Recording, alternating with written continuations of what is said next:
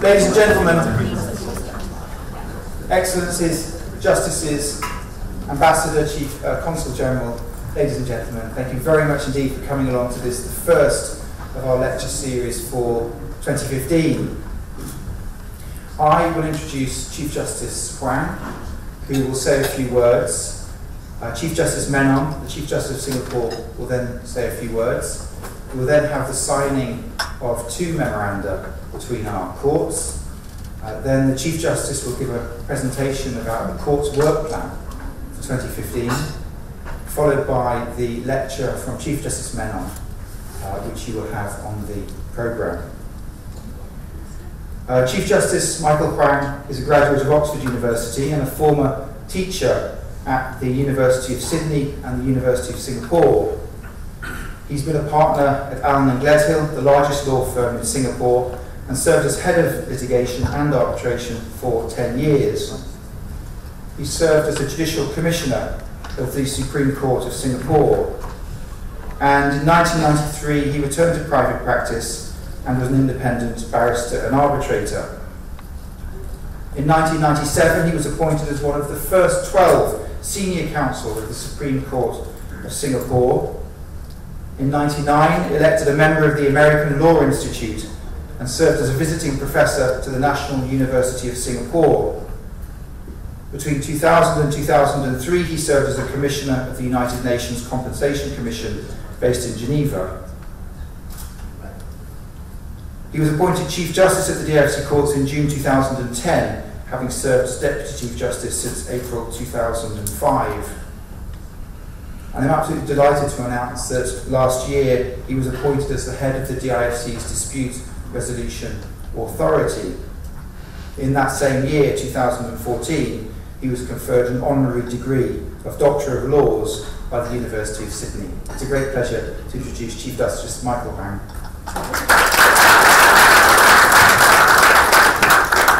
Thank you, Mark. Ladies and gentlemen, it's my very great pleasure to welcome Chief Justice Sundaresh Menon and his colleagues from the Supreme Court of Singapore to Dubai. Unfortunately, they seem to have brought Singapore weather with them. And the Dubai part of me wishes that they would take their weather back with them when they leave. Singapore and Dubai share much in common. Both started from humble beginnings and by now have achieved the status of being two of the world's leading business hubs. Business between Singapore and Dubai is good, with the last published figures showing bilateral trade growing 28% to 18 billion dirhams, making Singapore one of Dubai's leading trading partners in Asia. At the UAE level, bilateral trade between both countries reached 80 billion dirhams in 2013, with the UAE being Singapore's 10th largest trading partner globally and its biggest partner in the GCC. The population of Singaporeans in the UAE has grown 25% over the past 5 years, with Singaporean companies involved in everything from water and power facilities in Fujairah to the interior of the Dubai Mall. Underpinning that trade is the trust of the business communities that their contracts will be honoured, and that if things don't go according to plan, there is reliable, efficient, and impartial judicial redress in the DIFC. Put another way, the DIFC courts and the Singaporean courts are economic enablers for the developing trade relations, offering familiar, certain, and reliable dispute resolution for commerce. Today's signing of the Memorandum of Guidance dealing with the enforcement of money judgments is an important step in demonstrating to the world the connected nature of our two leading judiciaries.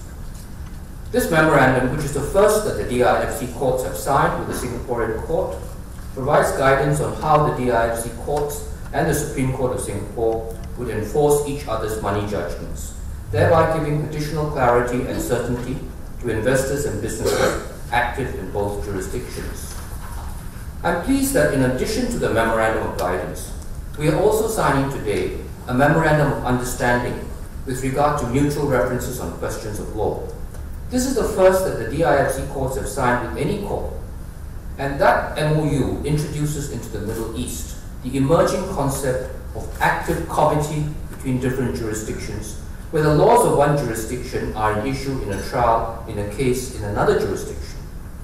This memorandum provides that where a case is filed in either of the DIFC courts or the Supreme Court of Singapore, which requires a decision on a matter of law of the other country, the first court will consider directing the parties to have that question of foreign law determined by the court of that other country. This represents another milestone in the DIFC court's international relations with other judiciaries, but in all fairness, I have to acknowledge that this concept was the brainchild of the Singapore courts, and so I'll leave it to Chief Justice Sundaresh Menon to elaborate on what this MOU actually entails. And in conclusion, may I thank all of you here and those watching us around the world for witnessing this important occasion, and I will now invite Chief Justice Menon to say a few words. Thank you, Chief Justice Michael Huang, Your Excellency Ambassador Mej Bhatia, judges, distinguished guests, ladies and gentlemen. It is a real pleasure for me to be here this evening. It's my first official trip to Dubai, and it's a particularly happy one. The signing of the two instruments signify not only the close links between our respective courts, but they also signify a common commitment to a vision that relates to the future of international dispute resolution, where courts in various jurisdictions can expect to have the occasion to work collaboratively to a greater extent than ever before. These instruments reflect that in two ways. The Memorandum of Guidance that Chief Justice Huang has spoken about sets out guidance on the understanding that each court has as to the procedures and steps that are in place to enable the enforcement of judgments of one court in the jurisdiction and territory of the other. But let me say a few words about the Memorandum of Understanding. And this relates particularly to references or questions of law, which are really foreign law to the court that has to deal with the issue. And I think most of us in this room will be familiar that the typical way in which this is done is rather ironically to treat that foreign law as a question of fact and to have expert witnesses come forward and prove that fact and be cross-examined and have the home court find that question of foreign law as a fact. There are a number of difficulties with this, not least of which is the more than probable likelihood that you end up getting it wrong, saying what the law is in some other jurisdiction. And it was in that context that when the situation presented itself before us some years ago, we developed a concept that entailed referring that question of law to the court from which that body of law originates. In that case, it was a question of English law. We referred the matter to the English court, we framed the question, we sent it to the English court to make a ruling on that question of law, and it came back. And I have to say that those of you who are familiar with some of the issues that have arisen in this field, if that sort of procedure had been applied, it would have saved parties a lot of heartache and a lot of difficulties in many cases that have come up on other occasions. Through these instruments, our courts signal to the commercial community our mutual commitment to provide the necessary legal support that will promote the smooth conduct of transnational commerce. So let me once again thank you again for inviting me, and I look forward to a warm, long, friendly, collaborative relationship with your courts. Thank you. Thank you, Chief Justices, and may I now invite you to sign the memoranda. Ladies and gentlemen, these memoranda will be uploaded on the DIFC court's website later on this evening. I look expectantly to the back of the room, certainly by the latest tomorrow morning, and may also be available on the Singapore Supreme Court website at some point in the future. Is that right? Very good.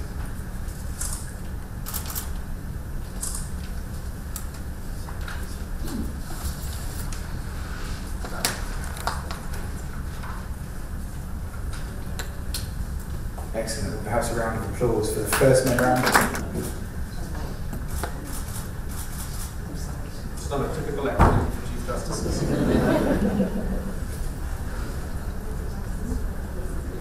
And now may I invite Chief Justice Huang to present the 2015 work plan for the DIFC courts.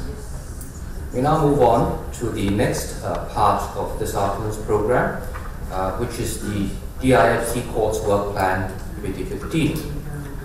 Before I start, I want to draw your attention to the fact that we are honored today by, first of all, the presence of not only Chief Justice Sundaresh Menon, but his team from the Supreme Court of Singapore, the Chief Executive Officer, Ms. Judika Ramanathan, Deputy Registrar Tay Hui, Assistant Registrar Justin Yeo.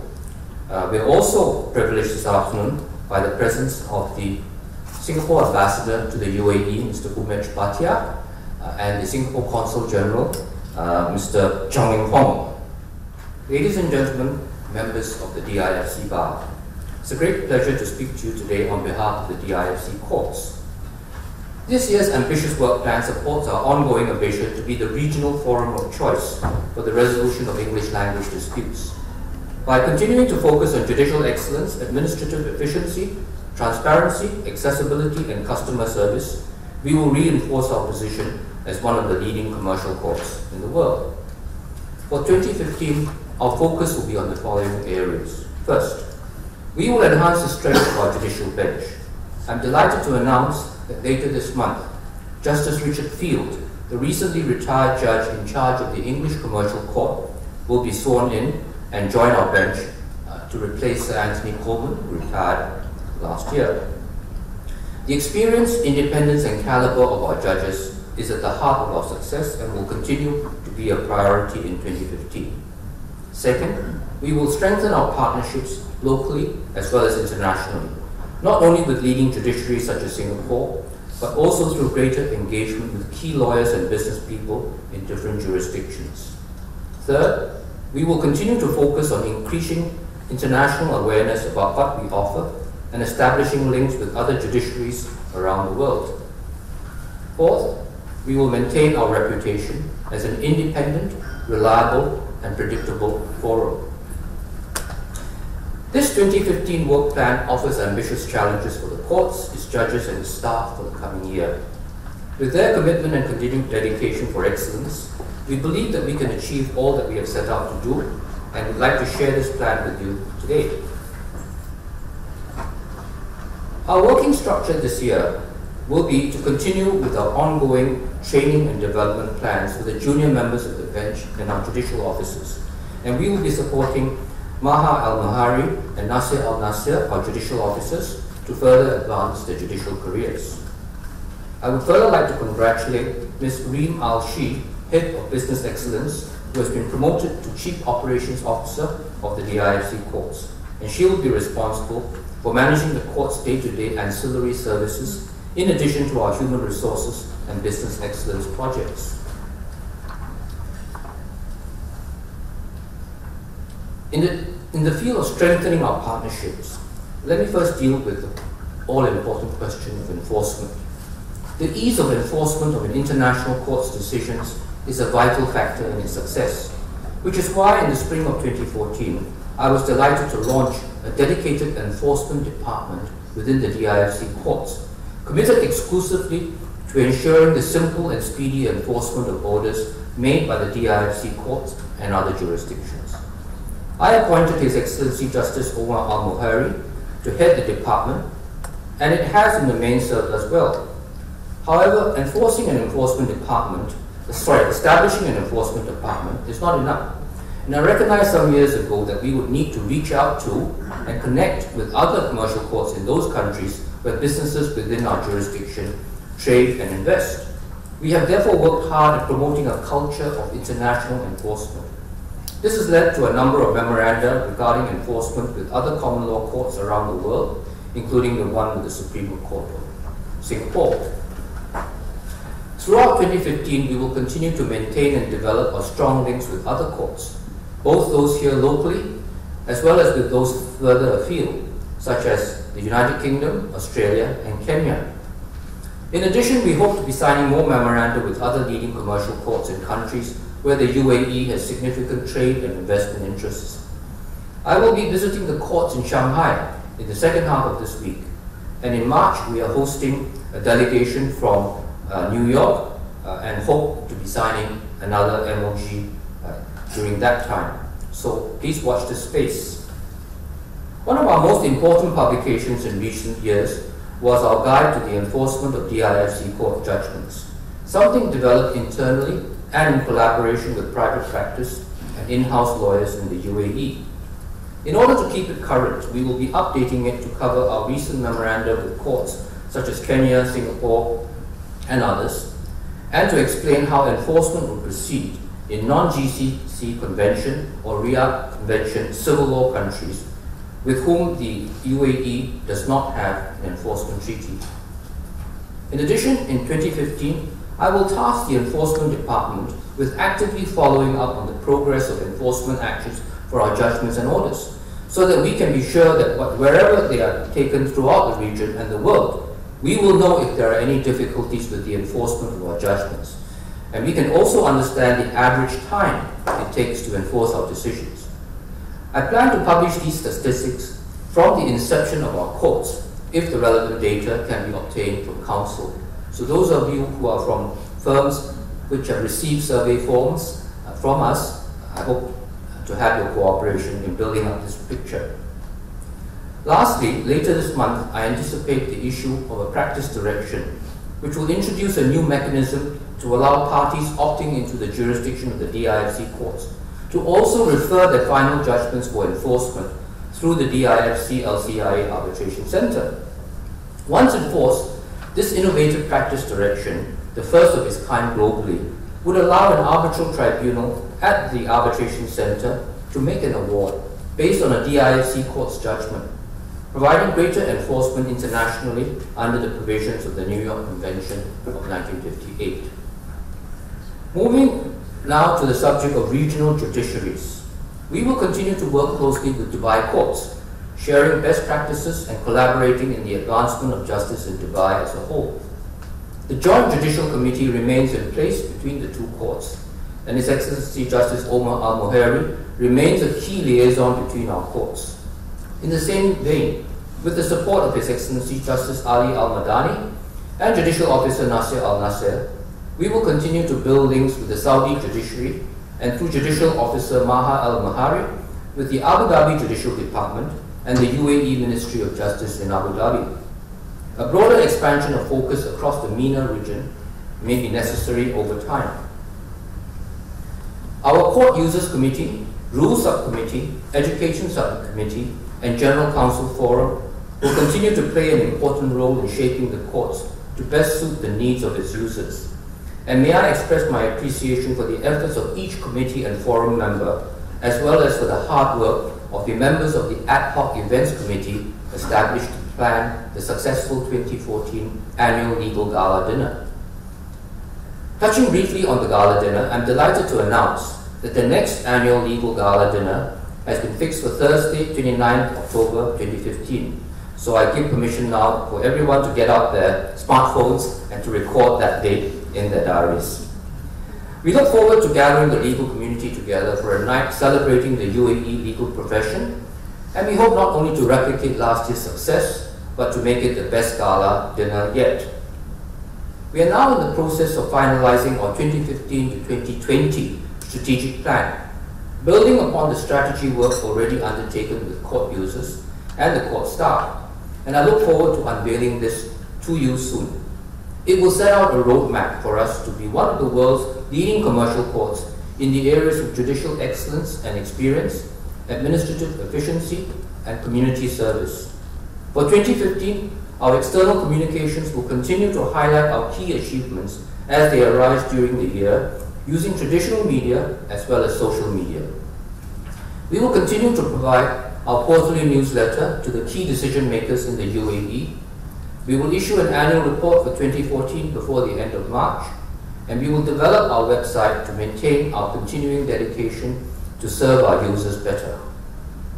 Turning to our partnerships with the local legal community, we intend to develop under the umbrella of the newly established Dispute Resolution Authority, the DIFC Academy of Law. Modeled on the Singapore Academy of Law, and at this point I will take this opportunity to thank Chief Justice Menon for the support his team at the Singapore Academy of Law has given us. The DIFC Academy of Law will assume responsibility for legal and advocacy training, which themselves will be further refined in 2015, as well as other activities such as publications of rules and judgments, lawyer registrations, code of conduct disputes, and organizing events such as the highly successful DIFC Courts Lecture Series.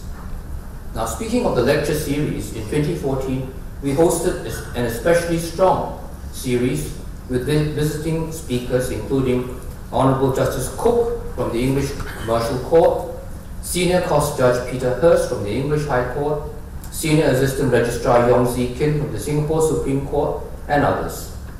Lectures have covered trends in international dispute resolution, the implications of the Jackson Report, reforms including the Mitchell case, e-disclosure, our new code of conduct, and the arbitration practice direction. That trend is clearly continuing into 2015 with this lecture about to be given by Chief Justice Banerjee. Lastly, I'm working with some of the major Dubai-based law firms to develop for publication commentaries on the DIFC laws, and this will be a project undertaken over several years. I've decided first to focus on the most commonly referred to laws, which are the laws of contract, damages and remedies, obligations, and arbitration. This is a sorely felt need for our practitioners, and we are most grateful to Clifford Chance, Clyde & Co., and Baker Botts for agreeing to take on the task of writing the initial commentaries. So the first 3 or 4 volumes will, as I said, cover contract law, arbitration law, the law of obligations, and the law of damages and remedies. Following those initial volumes, we have planned further commentaries on the company's law, the employment law, and the insolvency law. We will continue to identify and persuade other law firms to partner with us in bringing to DIFC lawyers a detailed commentary on each of the laws mentioned above. I now move to demonstrating excellence in performing our core functions. The first core function is, of course, case management. At the heart of the work conducted by the registry is the efficient management and progression of the cases entrusted to us. I am pleased to report that in 2014, the following statistics. This is the report card for the year. First, on average, judgments were handed down within 3 months of the close of submissions. And I want you to understand that we measure 3 months not necessarily by the close of the trial, because following the trial there could well be post-hearing submissions or questions posed by the court to counsel. So only when all of that material is in can a judge start to write his judgment.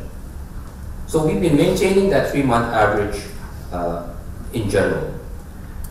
Second, 90% of SC Small Claims Tribunal consultations were concluded in under 4 weeks. Third, the average value per CFI and arbitration claim stands at 11.43 million US dollars or 42 million dirhams, which is a 25% increase from last year. The total amount of claims and counterclaims filed in the CFI and in arbitration totaled 480 million US dollars or 1.76 billion dirhams, which is an 81% increase from last year and the first time in history that we have broken the 1 billion dirham threshold in claims in a year. If we break down that analysis into the separate components of the DIFC courts, in every box, 2014 showed an increase over 2013, except for enforcement, where the figure was flat.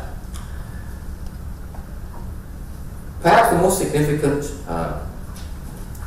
statistic is that if you add up all of the originating procedures that were commenced in our courts last year, the total number of cases, new cases filed last year was 188. And currently we have 78 active cases in our portfolio. Next, all valid enforcement requests from another court were processed within 7 days of receipt.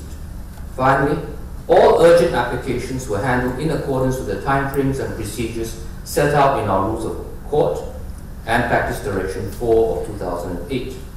At least 80% of all other applications were dealt with by a hearing or on paper within 4 weeks of filing of a response to the application. I'm not proposing to adjust those key performance indicators for 2015, as I believe they allow us to maintain the high quality of our decisions while delivering administrative efficiency and excellence in all that we do. However, there are 2 matters of procedure which I have asked to be considered this year. The first is that any individual applying for Part 2 registration, that is, rights of audience before the DIFC courts, will be on probation until he or she appears before a judge under the supervision of the registrar or deputy registrar, who will then determine whether the advocate has sufficient skills for linguistically for registration. The purpose of this is to ensure the highest quality of advocacy before our courts. In addition, at the prompting of Justice Roger Giles, I have asked that our provisions regarding leave to appeal be reconsidered, and I expect that any changes in that area will be the subject of public consultation. I move on now to fees. Following discussions with our General Council Forum and some of our committee members, I have asked that our fees be reviewed again to ensure that they strike a balance between the economic realities of running an international commercial court and delivering a good value service to our court users and their clients. Preliminary research suggests that efficiency, certainty, enforcement, and judicial independence and experience are key drivers in the mind of lawyers when choosing the venue to resolve a dispute. And we must ensure that we are appropriately priced to deliver those requirements. It's worth noting that for an average commercial case in our court of first instance, our court fees are around 1/10 of the amount that would be payable if the dispute was referred to international arbitration. However, changes in our fees will not come at the expense of accessibility, and we will continue to bolster and develop our pro bono program, which includes fee waivers for those in financial difficulty. Let me now say a few words about the development of the DRA. Dubai Law 7 of 2014 established the Dispute Resolution Authority, which is headed by myself and which comprises the DIFC courts, the Arbitration Center, the Academy of Law, and the upcoming DIFC Wills and Probate Registry. This positive development builds upon the reputation for excellence developed by our judges and registry team over the years, and will allow us to deliver against the original plan for the DIFC of having all dispute resolution alternatives under one roof. The next topic is the issue of premises. With the expansion of our remit and the increasing workload of the courts, we will be reviewing our need for more office space. The solution may lie in the development of the DRA itself, which will necessitate additional space for the Wills and Probate Registry, the Arbitration Center, and the Academy, part of which can be used for centralized functions supporting each component of the DRA, such as IT, human resources, business excellence, and finance. I turn now to user service excellence. Last month, the DIFC courts were the first local government entity in the UAE to receive a 5-star rating under the UAE Prime Minister's Service Excellence Program. This commitment to service excellence as a differentiator began in 2010, and we have been winning awards locally and internationally ever since. We will, as part of our 2020 strategy, remain committed to the highest levels of user satisfaction, or, to use the current nomenclature, user happiness. To monitor our performance, we will undertake quarterly mystery shopping surveys, and we are one of the very few courts in the world to use mystery shopping to test its KPIs. And this is to ensure that no urgent phone call goes unanswered, and that every email seeking assistance is responded to promptly. Our target is to achieve an overall customer satisfaction score of at least 85% in 2015. In addition to this, we will continue to undertake a court user survey, an employee engagement audit, and exit surveys, all as a way of assessing the standard of excellence that we offer our guests. I now turn to the topic of IACA and the IFCE. As well as working to develop our customer service focus, we will also stay mindful of the developments happening in commercial courts around the world. This will be done through our Court Users Committee and its subcommittees, as well as with the members of our General Council Forum. In addition, we will continue to follow the principles enshrined in the International Framework for Court Excellence, which is perceived as the gold standard for court management, and play a role in the advancement of the Court Excellence Initiative of the International Association for Court Excellence, which you remember held its annual conference in Dubai a couple of years ago. And I will remind you that His Excellency Justice Ali Al-Madani is Chairman for the Middle Eastern Board of IACA, and Mark Beer is Regional Vice President. Finally, a new initiative in the field of visa facilitation. At the request of the legal community in DIFC, we are working closely with the Immigration and Labour departments in Dubai to develop a facility so that the work permit for visiting advocates can be facilitated by the DIFC courts. This is a work in progress, but once approved, it will mean all visiting advocates can apply for the proper work visa when coming to our courts with our assistance. Finally, I would like to close the speech by thanking my fellow judges and the team of registry professionals that have made the DIFC court such a success. 2015 promises to be another outstanding year, and our success is largely due to the result of the consistent hard work and commitment of its judges and staff. Without their tireless efforts and dedication to constantly drive forward the development of the courts and our international presence, we would not be standing here today sharing this memorable afternoon with you and our Singaporean friends. For this, I'm truly grateful to them and to you. Thank you very much. It's now my very great pleasure to introduce the speaker for our DIFC lecture, Chief Justice Sundaraj Menon. I have 5 minutes to give this introduction. I could easily spend 3 times that, having regard to the achievements that he has accomplished over so many years. Let's start at the beginning as far as the law is concerned. He graduated with first-class honours from the National University of Singapore and went on to obtain a Master of Laws from Harvard Law School. He was a very successful practitioner at the Singapore Bar, and somewhere along the line, having established his reputation as a court practitioner, he left Singapore law practice and joined the international firm of Jones Day as the regional head of disputes for Asia.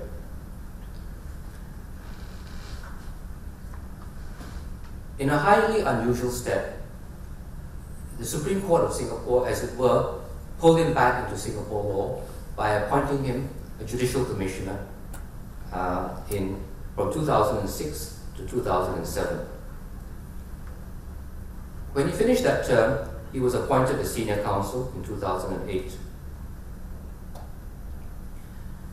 He then returned to private practice as the managing partner of Raja & Tan, which is the largest firm in terms of lawyers on a worldwide basis. The largest firm in Singapore by head count of lawyers on a global basis.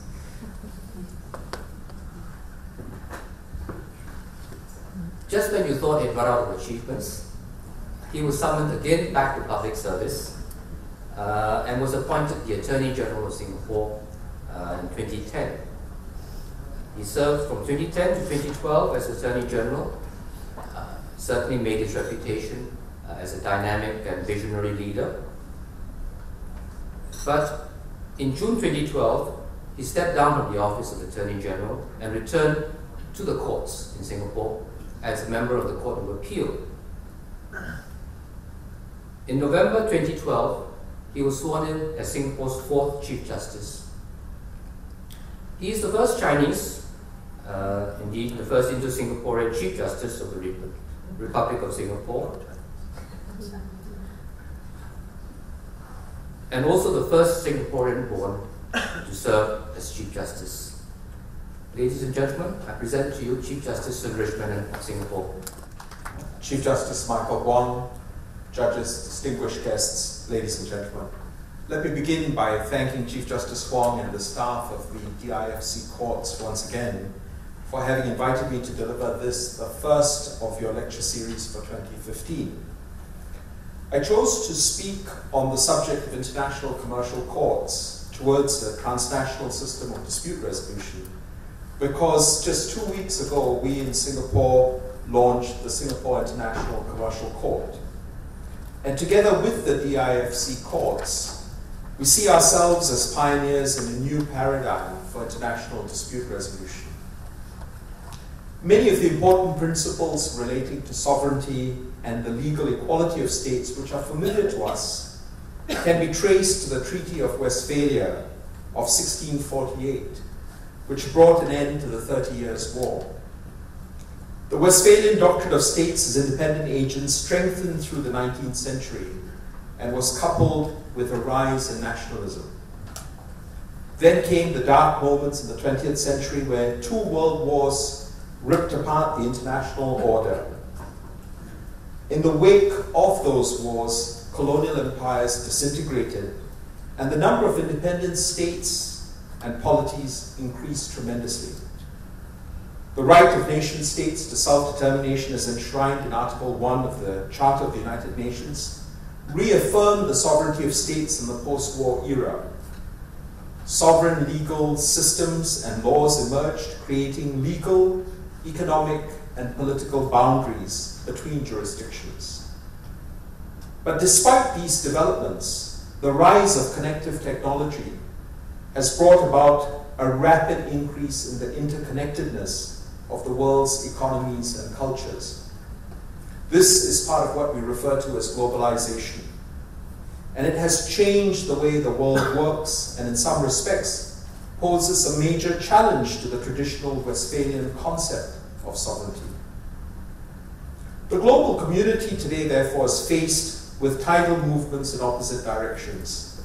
The fragmentation of empires, the right of self-determination, and the reaffirmation of state sovereignty has generated a tidal wave towards erecting legal, economic, and political barriers, while the cross wave of globalization has sought to transcend or break at least some, if not many, of those very boundaries.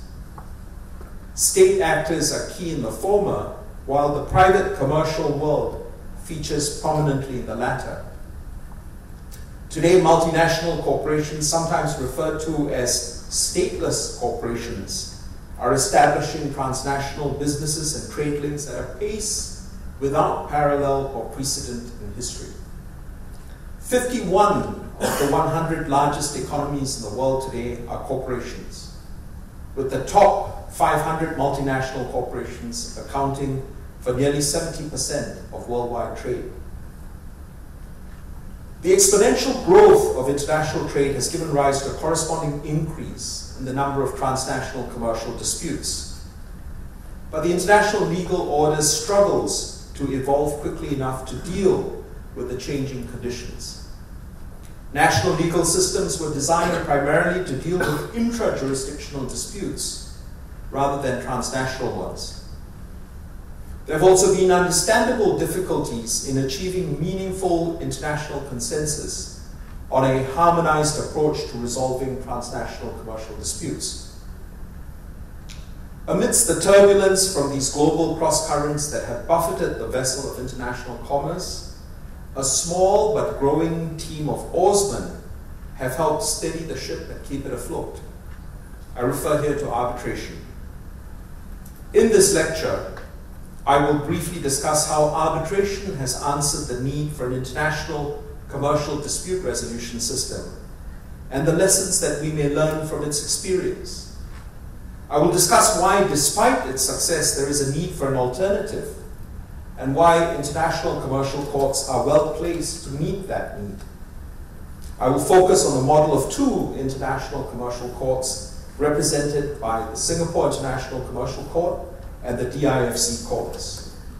I will examine the similarities and differences between these 2 courts and analyze how they compare against purely municipal courts as well as against international commercial arbitration. I will end by considering some of the challenges that these courts might face and share my views on what their vision and their mission might be. As I briefly mentioned earlier, arbitration played a much needed and timely role in stabilizing the vessel of transnational commerce. It rose to prominence by providing a neutral forum for the resolution of transnational commercial disputes. In so doing, it minimized the concern that such disputes might fall to be determined in unfamiliar and possibly unreliable foreign legal systems.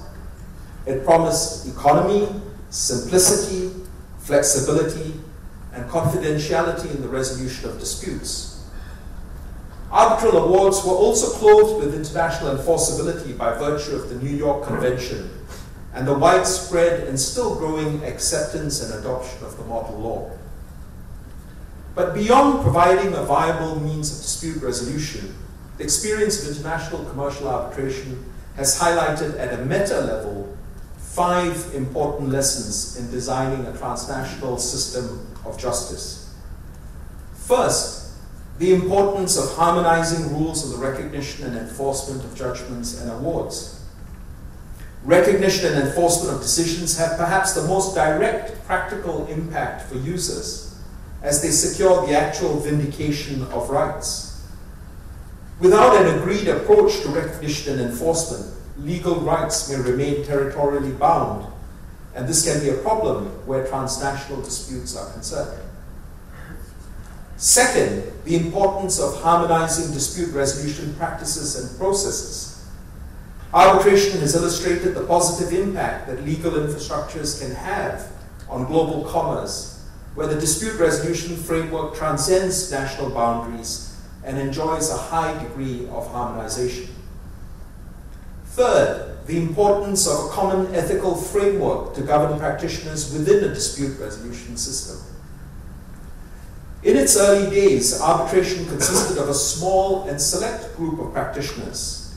This group was effectively self-regulated by informal ethical understandings and cultural presuppositions, holding themselves to self-prescribed standards without the need for express rules.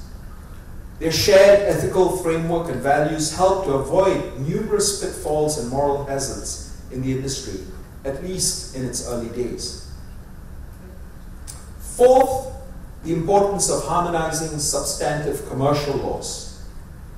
The International Commercial Arbitration Framework has at least initiated an informal and continuing process leading towards the formation of a freestanding body of law based on the needs of international commerce. As I shall contend, there are limits to what arbitration can do in this context, but it is worth digressing here briefly to elaborate on the need for such harmonization of substantive commercial laws. The existence of different legal systems and commercial laws increases the transaction costs of cross-border businesses because such differences create friction in transnational commerce. Investors have to expend resources securing compliance with national regulations across multiple boundaries.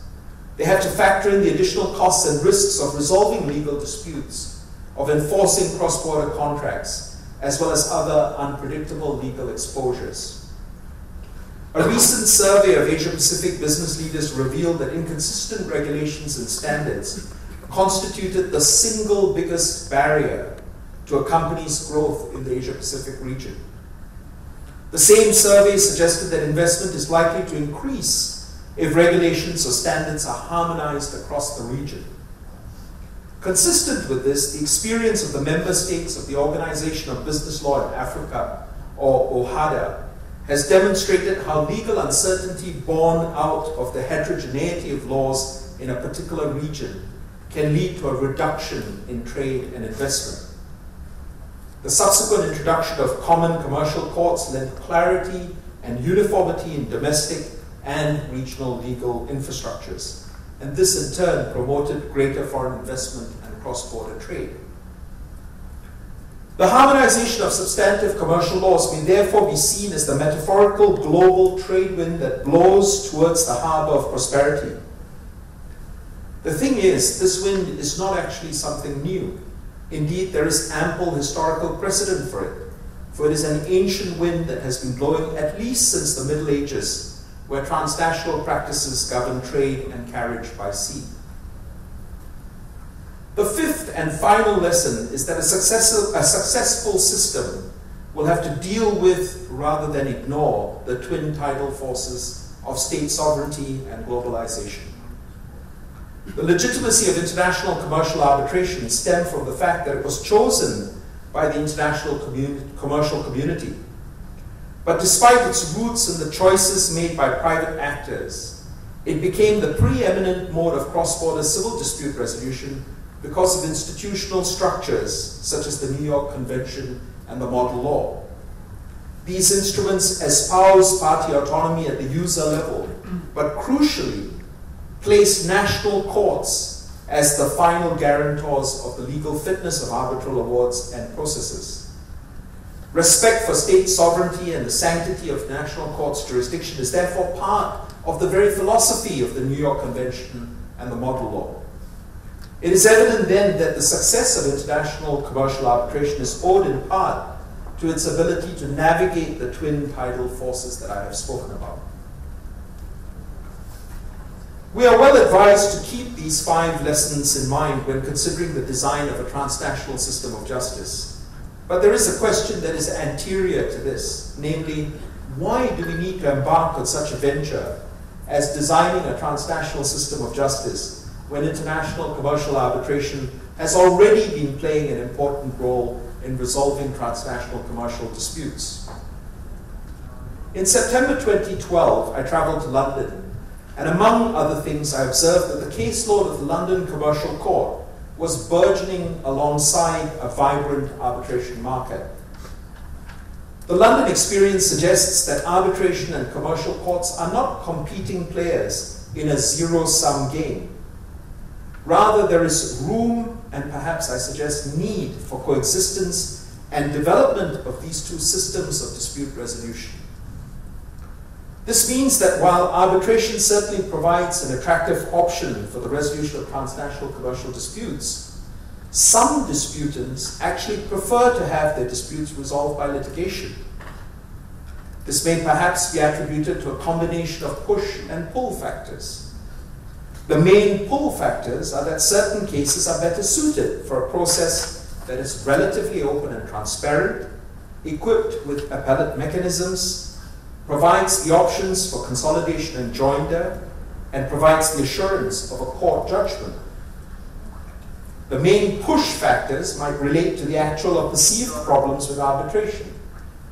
There are some well-rehearsed, if not universally accepted, issues relating to the lack of regulation in the arbitration industry. Among other things, there is said to be a lack of ethical consensus to guide the increasingly amorphous and diverse body of practitioners, resulting in numerous ethical issues. A lack of visibility and public accountability in decision-making. Increasing judicialization, delay, laboriousness in processes accompanied by rising costs. Some unpredictability in the enforcement of awards due to the ad hoc nature of courts' oversight of the enforcement processes, and some lack of consistency in arbitral decisions due to the lack of corrective appellate mechanisms or an open body of jurisprudence.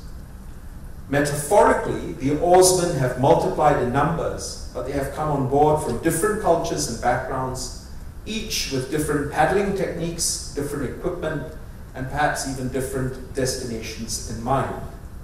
They do not always pull in unison, and oftentimes perhaps not even in the same direction. Of course, some of these shortcomings may be mitigated or resolved by the talent in the industry.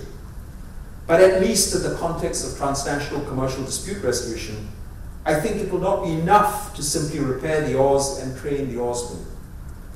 This is because arbitration, by its very nature, cannot provide a complete solution to propel global commerce forward. Arbitration was conceived as an ad hoc, consensual, convenient, and confidential method of resolving disputes. It was not designed to provide an authoritative and legitimate superstructure to facilitate global commerce. It cannot on its own adequately address the need for harmonization of international commercial laws, practices, and ethics. This is where I believe that international commercial courts have a potentially important role to play.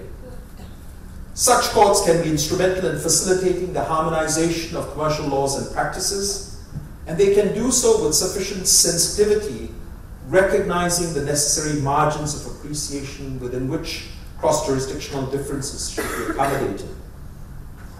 They also represent an avenue for the advancement of the rule of law as a normative ideal in global commerce. This is because there will be greater external scrutiny of decisions and processes, with increased pressure to justify decisions against international norms. International commercial courts present possible solutions to ultimately harnessing the trade wind of harmonization. They could perhaps become the sails on the vessel of global commerce.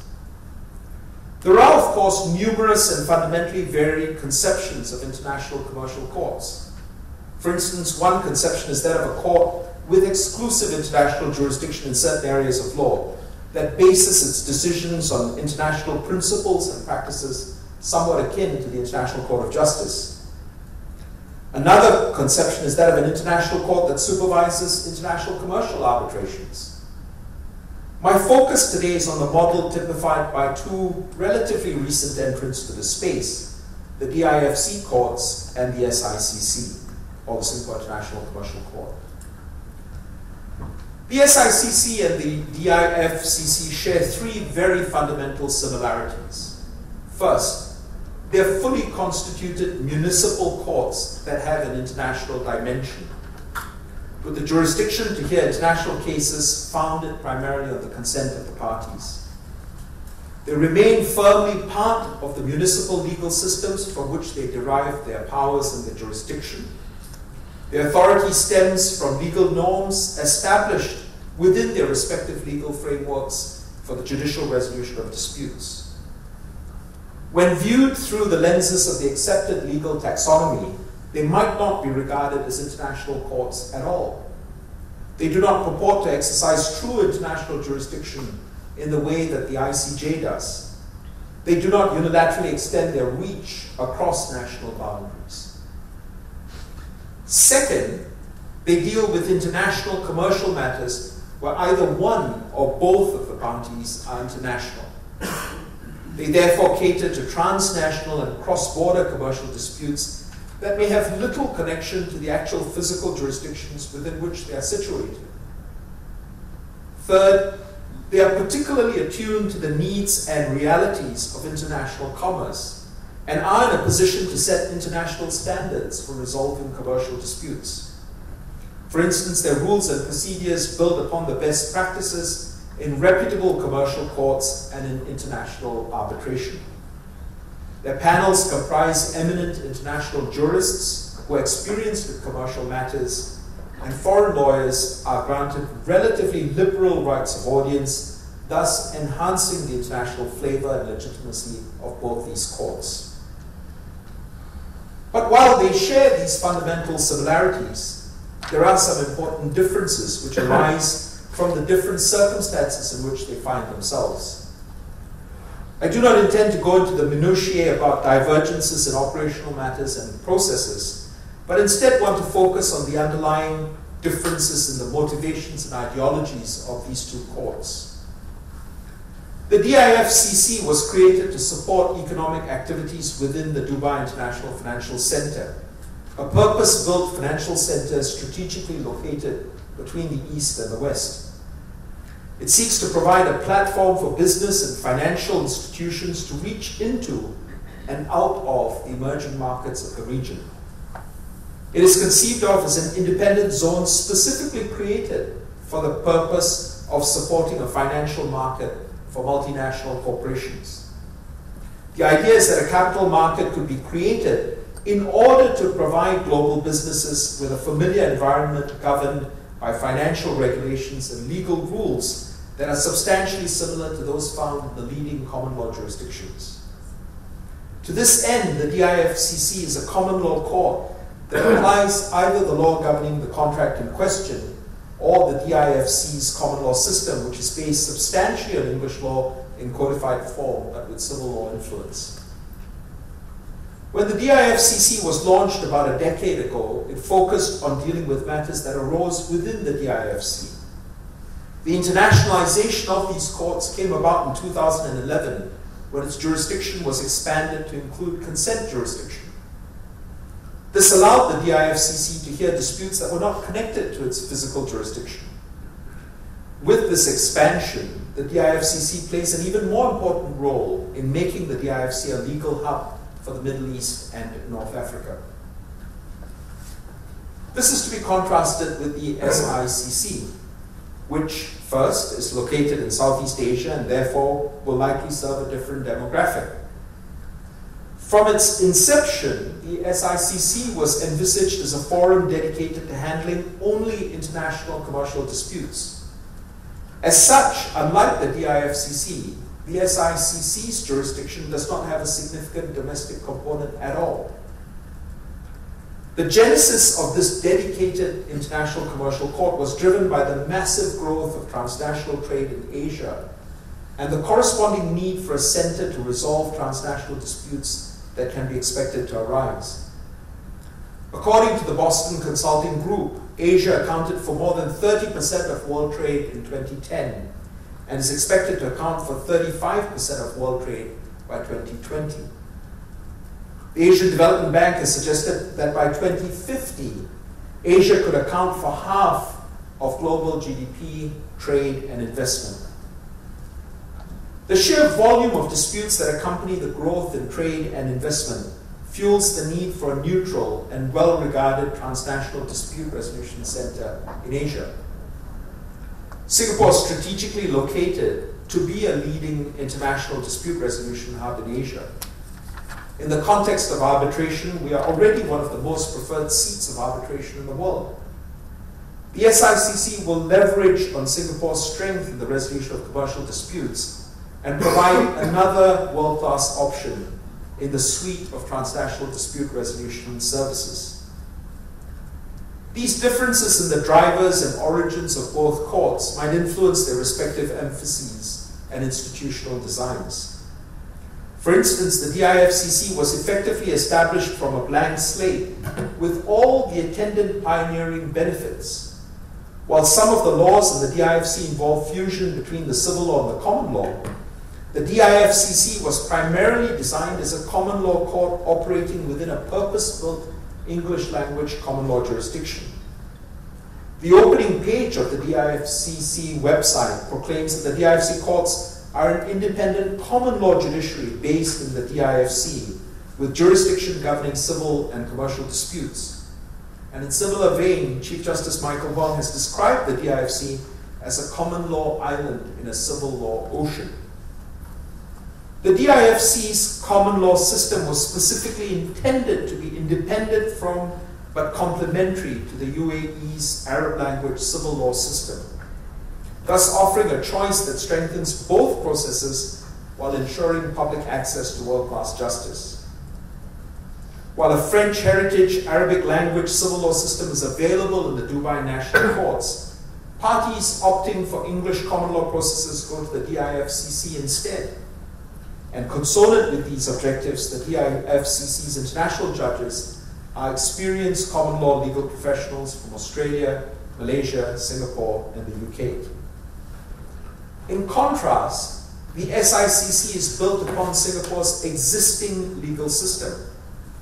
It is an international commercial court that leverages on the strengths and traditions of its municipal foundations. It is built on a commercially savvy legal and judicial system that has been highly regarded and favorably ranked. It is established on existing principles, practices, and jurisprudence that are increasingly autochthonous in nature. And it seeks to continue Singapore's proud tradition of efficiency and excellence in court processes and case management. As a branch of the Singapore High Court, the SICC will develop jurisprudence that is consanguine with our domestic jurisprudence. SICC judgments and principles espoused there might be highly persuasive, if not binding on prospective litigants in Singapore, especially where Singapore law rather than a foreign law is the chosen law of the dispute. This means that beyond being concerned with the undoubtedly important element of efficiency in dispute resolution, the SICC has the additional important responsibility of developing sound jurisprudence that is suitable for the purposes of commerce. Recognizing this, decisions of the SICC will generally be published, although for confidential cases, the necessary redaction and confidentiality safeguards will be taken. The SICC also possesses a good mix of eminent international jurists from both common and civil law traditions. Like their common law counterparts, the civil law judges will play an active role both in hearing substantive cases as well as in case management. This diversity is specifically intended to enhance the international nature of the SICC and its ability to handle matters that arise from civil law backgrounds. Such diversity is especially topical and useful in Singapore, being one of only 3 common law jurisdictions within the ASEAN region. It bears noting that the SIAC, the International Arbitration Center, has reported that 36% of its cases involve parties with a civil law background. A similar trend may extend to the cases coming before the SICC. Beyond competence to accommodate aspects of civil law, the SICC aims to provide a platform for the cross-pollination of ideas, procedures, and jurisprudence from both the common and civil law traditions. To borrow an analogy recently used in the context of international commercial arbitration, and I quote, civil law jurists with civil law courts at their fingertips will contribute greatly towards creating a new and unique jazz blend of commercial laws and practices. Coupled with the flexibility accorded to judges and parties in designing their own dispute resolution procedures, the SICC provides a platform for the emergence of unique processes based on the best practices in both the civil and common law traditions. This brings diversity within the SICC itself and positions it to be a melting pot of the best common and civil law techniques, methods, and procedures. Over time, the SICC aspires to contribute towards laying in place the foundations for an international lex mercatoria, and this is a mission in which international commercial courts should be participating. In summary, the SICC and the DIFCC share many similarities, although there might be institutional and ideological differences between them. This is not to say that one court is better than another, but rather that their differences are explicable by reference to the circumstances and the policy objectives peculiar to each. Let me turn to compare these courts briefly with their municipal counterparts. The SICC and the DIFCC are similar to municipal commercial courts by virtue of their municipal roots. They share particular similarities with commercial courts situated within major financial centers such as London, New York, Hong Kong, Mumbai, and Sydney. Indeed, given the increasing internationalization of commerce, these municipal courts invariably also deal with cross-border disputes. Like municipal commercial courts, the SICC and DIFCC are designed to deal with commercial disputes in a manner that ensures public accountability and legitimacy in their processes. One of the clearest indications of this is that in the interest of open justice, proceedings in these courts, as well as court records, are generally publicly accessible. Judges often publish reasons for their decisions and endeavor to lay down rules that must be complied with, and breaches of court directions or orders are subject to peremptory orders, the law of contempt, and other relevant sanctions. There are also formal safeguards to minimize ethical issues or conflicts of interest. But there are major differences between these courts and their municipal counterparts, and let me just touch on 3 of them. The first relates to the important issue of jurisdiction. The jurisdiction of a municipal court is founded generally on the principle that a dispute should be heard by the court with which that dispute has its most substantial links. There are exceptions, of course, notably the London Commercial Court, where aside from its usual municipal jurisdiction, a lot of its caseload derives from the consent of the parties. In contrast, the jurisdiction to hear international matters in the SICC and the DIFCC will be invoked very largely on the basis of party consent.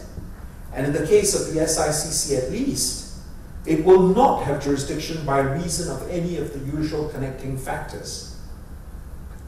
The second difference relates to foreign representation. Generally, foreign counsel are not permitted to practice within a jurisdiction or represent parties in court unless certain, often restrictive criteria have been complied with. This has the effect of ensuring that only those qualified to practice locally are able to represent parties in court, to make submissions, to influence the development of domestic law. It might also have the effect of protecting the local bar. But these restrictions ought to apply with much less force, if at all, when a court hears disputes that are not connected to it, save by the consent of the parties to refer those disputes to that court. As such, in both our courts, parties may be represented by foreign lawyers who are registered with them.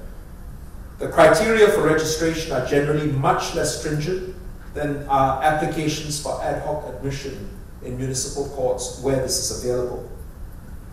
I pause here to note on a related point that in the SICC, questions of foreign law may be determined on the basis of submissions instead of proof. Before permitting such an arrangement, the court must be satisfied that all parties are or will be represented by counsel who are competent to submit on the relevant questions of foreign law. The third difference is that in our courts, the processes are simplified and parties have increased autonomy in designing procedures. For instance, there are simplified discovery rules based on the IBA rules. In the SICC, there is no process of general discovery. Instead, parties are to provide documents on which they rely within the time and in the manner ordered by the court. And a party may also serve a request to produce on any person. This allows parties to avoid some of the problems associated with discovery in modern litigation in the domestic context. Another example of flexibility in the SICC is the fact that parties may, by consent, agree that the rules of evidence other than those contained in Singapore's Evidence Act shall be applicable. Hence, while the SICC and the DIFCC are similar to municipal commercial courts, they do feature some important differences that are designed to enhance their abilities to handle international commercial disputes. Notwithstanding this, municipal commercial courts can and should continue their important contributions to the international dispute resolution process. The fact that one of the parties is from the home jurisdiction of a municipal commercial court might not always be an impediment. During my visit to the London commercial courts, I realized that most of the cases there involved an international party, and that in many cases, it seemingly did not matter that one of the parties shared the same nationality as the court. This suggests that a trustworthy and competent commercial court, even if situated within the national judicial structure of one country, can remain highly attractive to foreign nationals. I turn finally to compare the SICC and the DIFCC with international arbitration. Recognizing the strengths of international arbitration, both these courts were designed to incorporate some of its features. It is therefore not surprising that there are broad similarities between these courts and arbitration. I've already referred to some of these, for instance, jurisdiction founded on party consent, the availability of foreign representation, the receipt of foreign law by submissions, and the flexibility of procedures, and so on. One characteristic of arbitration that bears special mention here is the relative neutrality of forum. As mentioned earlier, this is an important reason, or has been an important reason, for the growth of international commercial arbitration. Arbitrators are often from jurisdictions that are or are perceived to be neutral to the dispute. This relative neutrality avoided the need for parties to resolve disputes in a foreign land before judges who might be perceived to favor local parties. It also avoided the need to account for differences in laws and language. Where the SICC and the DIFCC hear cases that do not involve parties from Singapore and Dubai respectively, they offer the same virtue of neutrality that international commercial arbitration does. But having said that, I reiterate the observation that over time, this may not be a concern for a strong and well-regarded commercial court, as the London Commercial Court undoubtedly is, and as its experience demonstrates. But there are major differences between our courts and arbitration, and I want to touch on 4 major areas of differences. The first relates to differences in coercive power and the enforceability of outcomes. Our courts hear international cases as municipal courts exercising jurisdiction by the consent of the parties. Once the jurisdiction of the courts is attracted, they have the coercive power to join third parties to proceedings, even if the third parties have not consented or submitted to the jurisdiction. The availability of joinder can overcome many of the problems that arise because the jurisdiction of an arbitral tribunal is limited only to the parties to the arbitration agreement. The difficulties caused by the absence of joinder are particularly evident when real parties to the dispute might not be signatories to the arbitration agreement, or where there are many strings of connected contracts, as is often the case in large infrastructure or construction disputes. The issue of multi-party arbitrations remains unresolved, despite efforts to revise institutional rules to make consolidation and joinder possible. As Chief Justice Michael Huang noted in a recent speech, despite almost every major construction contract containing an arbitration clause, the UK Technology and Construction Court remains a sought-after forum because only a court has the power to consolidate or join third parties without their consent. The court's coercive power extends, of course, to the enforcement of judgments within our respective jurisdictions, as well as in those foreign jurisdictions where we have reciprocal enforcement arrangements, or where common law enforcement of judgment debts is possible. As judgments of our respective courts are equivalent to judgments of a national court, they can, in these scenarios, be enforced directly. Such enforcement could conceivably be even faster than enforcement under the New York Convention due to the availability of summary judgment procedures. Having said that, there can be little doubt that in general, the international enforceability of arbitral awards at this time outstrips that of court judgments, and this is an issue to which I will return shortly. The second category of differences relates to differences in approach towards achieving cost efficiency in dispute resolution. Arbitration began as the economical and informal alternative to litigation. The process was initially attractive in large part because of its flexibility. And the absence of appellate mechanisms in arbitration was also attractive as it promised to keep costs down and help parties to achieve finality more promptly. But while flexibility and the absence of appeal might once have been thought to be self-evidently desirable features, experience has shown that they do not always ensure a cost-efficient process. Today, courts in many jurisdictions provide dispute resolution services that are cheaper than that available in arbitration. Study after study has shown that the amount of time taken and the costs involved have come to be seen today as a major disadvantage of international arbitration. How did this come to pass?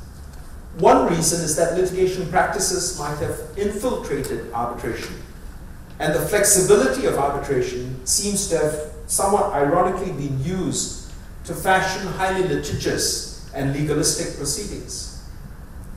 Another reason is that over the years, the absence of appellate mechanisms in arbitration has paradoxically led to rising costs. On the one hand, it has encouraged parties to approach the arbitral process as a one-shot contest in which the winner takes it all. Parties pour extensive resources into the battle, exercising utmost effort and rigor because there is no second chance for a favorable outcome. Moreover, arbitrators may be anxious to avoid challenges on grounds, among other things, of natural justice breaches. They might therefore countenance protracted proceedings giving rise to expenditure of time and costs that substantially exceed those incurred in litigation. There's certainly room to question the efficiency of such a process as compared to the traditional court mechanism where issues are crystallized and fine-tuned as the case passes through the interlocutory trial and then the appellate process. In contrast, the SICC and the DIFCC seek to enhance the cost efficiency of dispute resolution through enhanced and improved court-based processes. Both courts are well-equipped specialist courts with access to the infrastructure of cutting-edge case management systems. Each case could be docketed, judicially managed, and decided by specialists in the relevant areas of law. It is thus not unlikely that such courts could provide swifter and less expensive access to justice than arbitration. The availability of a single tier of appeal in both the SICC and the DIFCC also reduces the difficulties caused by the one-shot nature of arbitration. The third category of difference concerns differences in approach towards ethical issues. It is a feature of arbitration that arbitrators and counsel are not infrequently drawn from the same pool of professionals, with minimal restrictions on practitioners switching between adjudicatory and advocacy roles. These features of arbitration present a number of potential ethical pitfalls. Where it once worked well because the small group of practitioners was effectively self-regulated, that group has grown tremendously in number and in diversity. And the lack of ethical consensus or consistency in practices has begun to take its toll on the legitimacy of international arbitration. Recognizing these problems, both the SICC and the DIFCC adopt a markedly different approach towards ethical issues. First, the autonomy to select the tribunal in arbitration has given rise to actual or perceived concerns over the impartiality of appointed arbitrators. To address this problem, there is a relatively constant panel of judges within both our courts. The tribunal for each case is assigned by the respective courts as neutral parties. This helps mitigate the problems of any appearance or perception of bias, and also to minimize forum shopping. Second, the relatively constant panel of judges also helps to avoid the problems that arise from arbitrators and counsel being drawn from the same pool. By limiting judges to a carefully selected panel, these courts can avoid the moral hazards caused by the common pool problem. Third, both our courts have introduced codes of conduct that will help to ensure a certain standard of ethical practice by the lawyers who are registered with these respective courts. In Singapore, a foreign lawyer may only register to appear in the SICC upon confirmation that he or she has read, understood, and agrees to abide by the prescribed code of ethics. This will help address the concerns relating to a lack of ethical consensus and regulation that I have referred to in the context of arbitration. And fourth, both our courts envisage open court hearings and public judgments. Such transparency aims to minimize accusations of arbitrariness or bias.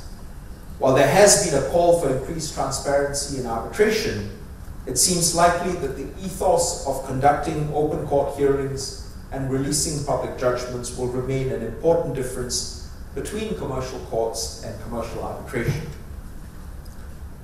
Let me move to the final category of differences, which relates to the development of jurisprudence. International commercial arbitration has initiated the formation of a growing body of substantive rules and principles which arbitrators can draw upon in deciding disputes. But the coherence of arbitral jurisprudence remains limited because of the confidentiality of proceedings and the absence of appeal or error correction mechanisms. There is no entity that may serve as a check on the emerging jurisprudence of ad hoc tribunals, and there is no avenue of appeal to deal with errors, incoherence, or inconsistencies. It has also been observed that the task of articulating a transnational law of commerce is currently diversified, and that international commercial arbitrators often feel compelled to articulate legal principles in an indirect manner. This seems inevitable because arbitrators do not decide cases within a unified structure that is designed to enable the development of the law, as is the case with the courts. In these circumstances, if major and complex commercial cases are heard by arbitral tribunals rather than courts, precedents might become outdated and there might be an adverse effect on the development of a lex mercatoria. In contrast, international courts are well placed to develop the jurisprudence.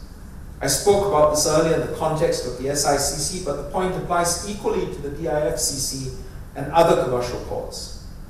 The availability of an appeal process will serve both error correction and precedent creation functions, and so enhance the legitimacy of the decisions rendered and ultimately the quality of justice. Increased transparency may also facilitate the development of a body of jurisprudence. A network of international commercial courts helmed by a community of renowned international commercial judges can emerge as a very significant platform for the development of a body of consistent jurisprudence. So it is evident from this analysis that there are many differences between the SICC, the DIFCC, and international commercial arbitration. Many of these differences were intentionally introduced into the structures adopted by our respective courts to avoid some of the pitfalls that were seen in arbitration. But this doesn't mean that international courts are superior to arbitration. Ultimately, the preferred mode of dispute resolution will depend very much on the needs of the parties. Some may prefer to have the option of joinder, while others might not have need for this. Some may seek judgments that are directly enforceable in particular jurisdictions, while others may prefer to have internationally enforceable awards. Some may prefer to have increased autonomy in appointing decision makers and designing dispute resolution processes, while others may prefer to leave these to a neutral third party. Some may prefer to have their disputes ventilated behind closed doors, while others may prefer to do so in an open court with public judgments to follow. Ultimately, I believe that our courts and international commercial arbitration constitute different but complementary tools in the dispute resolution toolbox. The availability of increased options in resolving these disputes can only be beneficial to the international commercial community. Let me now briefly touch on the challenges that these courts can expect to face. The first and perhaps most pressing challenge relates to the international enforceability of court judgments. Court judgments at this time do not enjoy the wide-ranging international enforceability that arbitral awards do. But I think that this challenge may not be as insurmountable or daunting as it might appear at first blush. First, whenever queried on the problem of enforcement, my instinctive response is that the issues of enforcement we face are not dissimilar to those faced by the London Commercial Court.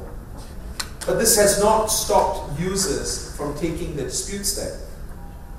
The point here is that it is not unlikely that parties will comply with the judgments of a respected commercial court. While the analogy is not perfect, it should be recognized that there's a high degree of party compliance with arbitral awards.